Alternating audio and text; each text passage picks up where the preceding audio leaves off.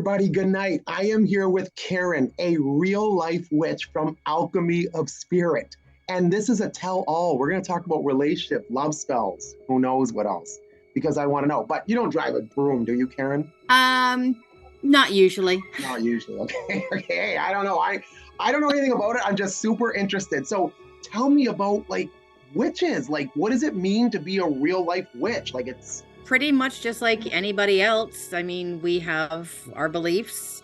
It's not like the world of Harry Potter where, there's muggles and there's witches. what about familiars though? Familiars. Don't you guys have familiars? Yeah. So my familiar is a cat. Her name is Percy, and she's a black cat. So we don't like wave wands around and do Yeah. like that kind of like that would be cool though, wouldn't it? That would be cool. I would buy a wand. Remember I did the Harry Potter with my friend, right? I could.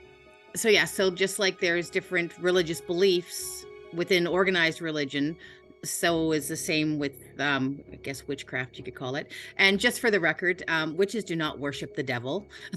Those are Thank you. No, Satanists. that's no, for sure. And they don't kill animals, I'm assuming. I'm sure some there's always No. bad of everything, right? But that's not a thing. Okay, that's just No. so is What- it take a lot of time to be a witch? Like, do you have to research a lot? Like, is there a certificate?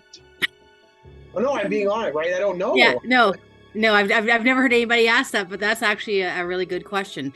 I mean, you can do online courses. There are online courses for, Wicca and things like that, but you don't need any kind of formal training or anything. Me, I just started just doing research on my own. Yeah, so it's And, really like identifying, right, Karen? It's like identifying as a witch. Like, and I'm not trying to get on these Yeah. buzzwords, but it's the truth, right? It's like identifying. Yeah. Okay, because as I understood it, and you know me, I've done some research because I'm so interested, and I keep bugging you, I'm sure, because I just love asking questions. But it's like, so as I understand, it's a lot manifestation, right? So it's back to the thinking and putting stuff out in the universe at its base, right? Yep. A lot of it is, so especially when you're doing spell work, incantations, Okay. it's all based on intention and manifesting. Yes. Right? Just using your mind.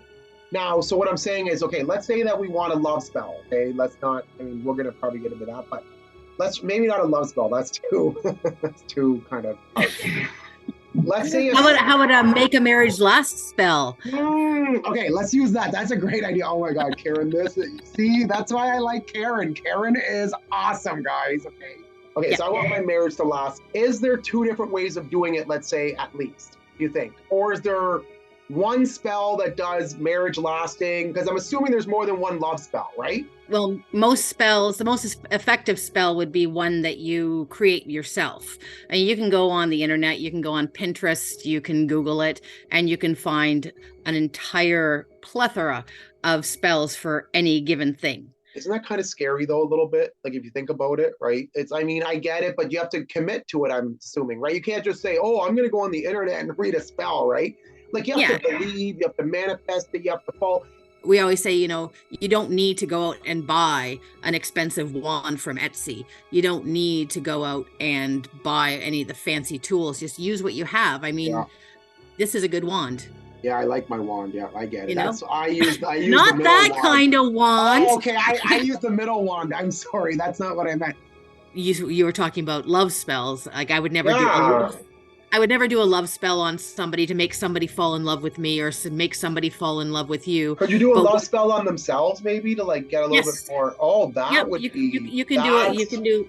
You can do a spell on yourself to love yourself more. You can do a that would be spell. really good. That would be good because you know what? I every day, to be honest, still fight to be happy every day. Yeah. Because that's us. Like I don't know, we tend to want to be negative maybe, but I choose to be positive. Like not every day is great, but that would be awesome. Like, is there time behind these spells? Like, is there multiple steps? Well, you speak of timing, so there's different lunar phases. So like the full moon, the new moon, a dark moon, and different spells work better at different phases of the moon. Some work better on different days of the week. Different days of the week have certain... Let's say you're looking at a keep Ben married spell, okay? And it says you need to do it on this specific moon, a blue moon. That's pretty much the only moon I know, kind of thing, right? Like I'm just saying, is that what they mean, or do they mean just a moon? So if you were looking to do make a marriage last spell, you would probably want to do it on a new moon Okay. rather than a full moon. A full moon is usually used for releasing things, for letting go of things, where a new moon is more for Really? manifesting things. Into it, the more effective it is. Really? So, So meaning like, and like you said, if you do it on your own, because like if you, for example, love someone and you want something to happen, you're gonna put a lot more time and effort into doing it than someone else that doesn't, and they're not invested, which totally makes sense. In the link, so let me check my notes because I had some other really good questions for you. Spells, can you cast spells? I know we've talked about a little about marriage state, Ben saying marriage spells. Like, could someone, for example, come to you and say, Karen, I know Ben, the man that's been married 2 times, and I want him to fall in love with me. Could you do that? I mean, could you and would you? And if you wouldn't, is there other witches that would? Like, and I don't even know why I'm putting this on the universe, but I'm just saying I know it's kind of a loaded question, but yeah. So I personally would not do a spell for somebody like that. because you Think don't of want it to put like people against their will, right? Because that's like, exactly. yeah, Exactly. You don't want to do something, you don't want to make somebody do something against their will. Think of it this way. If you were to kidnap somebody yeah. and marry them, and do you really think that that would be No, it's not uh, okay, and it wouldn't be a it's great marriage. It'd be terrible. no, it would be based on essentially lies Yeah, but would because people? Could you pay they someone technically to do it? Like do nasty yeah. things like that? See, that's Oh yeah.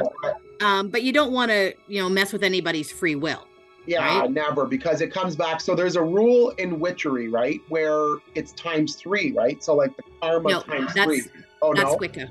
That's Wicca. Oh, sorry. Okay, So so yeah, so Wiccans believe in the threefold rule, which means that whatever you put out there, you'll get back times three. okay, So if you were to, wish ill upon somebody, that would come back to you times three. okay.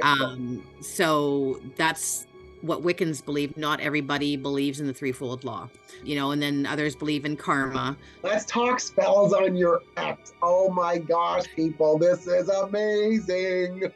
Karen, do you ever put a spell or know anybody that's no put on a spell? Yep. No, I know somebody who did a spell on their ex. They Okay, did a interesting. binding and freezing spell on him Okay, so and hold on, like an ex-boyfriend then. Okay, so a friend of you, whatever, someone you knew, she yeah, put a spell on her ex-boyfriend. her ex-boyfriend and his new girlfriend because they were talking crap Yeah. and just So being they total deserved it. It was karma. It was just yes. because you're okay. Got it. Yep. Yeah, so they were basically being meanies. Yep. So Okay. she did a binding spell combined with a freezer spell and basically a souring spell Okay. kind of things. It was like combo kind of thing. Okay. So basically, it was taking two pieces of paper. So first starts with a lemon, cut the Yeah. lemon in half. That's your souring. Yeah. And then on one piece of paper, you write, if you have their pictures, it's more effective.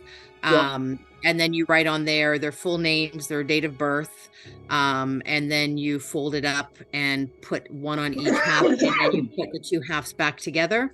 And then is best if you use like rusted nails and put it through to kind of anchor the two halves back together. Yeah. And then you say an Seance incantation. type of thing. Yeah. No, you say words over it. So you Okay. basically like your spell, like verbal part of the Mhm. spell that you say, and then she took it and then put it into the freezer. So Oh, okay. the rusted nails bind it. So the lemon is the souring part of it. And Oh. so the souring does is it basically makes their relationship so that they so it sours basically Yeah. so So that it screws out the way. That's very. Now let me ask you a question, Karen. Could yeah. someone? I'm not saying you would or not would. Okay, that's what I'm saying. Could you or somebody could get paid to do that to someone else? Like, I Yep. know it probably wouldn't be as powerful because they're not as invested, right? Yeah. Would it But be as long as powerful if someone could teach, like, could you teach someone how to do it at their own home? Like, would that make sense? Or do they have to believe? well the intention is the important part. Okay. So if somebody was paid to do a spell for somebody, as long as they had the intention and knew the intention of the person who wanted the spell done, I guess they could do it. There Yeah. are people out there who will do it. That does is so if you look at the effect on the friendship or relationship, it basically, they may start getting a little, rah, rah, rah, rah, rah, rah, at each other, like arguing, and then it'll stop. So every time you take it out and let it rot, it causes more strife within that relationship. And throw it back in the freezer, and then take it out, throw it back in the freezer, so it kind of continually gets worse. But this is all stuff you'll teach in spell training. Yes. Yeah. I'm buying the Kool-Aid. I get it. I'm not kidding. And that's getting the cut too, because guys, I'm being honest here. This has been me real. Me and Karen have been real the whole time. Karen, honestly, thank you. alchemyofspirit.ca. We're going to put the web address in the first comment. So you can go there. Anyways, thank you. Trust the man that's been married so many times. And alchemyofspirit.ca. Please check out my friend's website.